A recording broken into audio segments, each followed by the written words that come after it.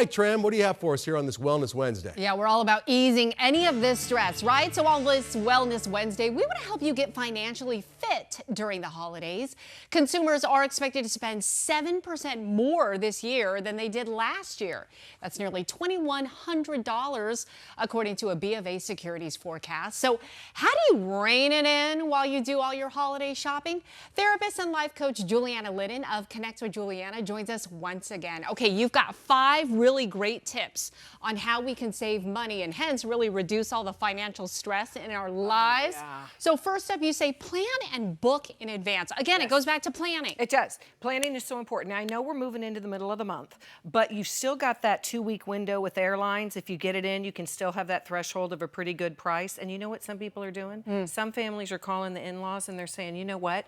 We're going to come the first week in January because we can save hundreds of dollars. Smart. So if you don't mind doing that, that's a really, good way to do it. Plus, pay attention. Lots of excursions, as it gets closer to the holiday, they discount.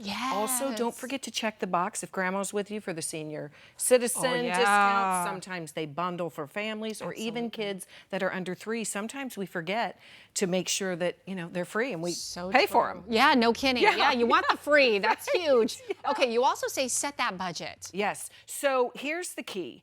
It is, they say, about 1 to 2% of your annual income that Americans are spending on the holidays. Okay, so you can figure that out, what that would be. That's your number. It's so important to stay entrained with that so that you don't just bleed out the money. I know. And then again, set it up with your partner. What does that look like? Yes. How important is it? What are we going to buy? How's that going to look? Because you know how it is at the end when it's getting close to Christmas. Yeah. And then you're like, oh my gosh, wait, I need this. You need go this. crazy. I don't have Yes, enough. And exactly. then January comes and you're like, oh my gosh, I just bled out so much cash. I know, and here comes the bill. So pay attention to that number and get with your partner. Okay, stick with it. All right. Next up, you say alternative gift-giving experiences. What do you mean by this? So we don't have to spend a lot of money. You can do the things like the white elephant and those fun things like that. One of the things we're doing a couple of new things, and we are doing a cookie exchange, and we're also doing a wine tasting. You get 2 bottles of wine, wrap it in like brown paper,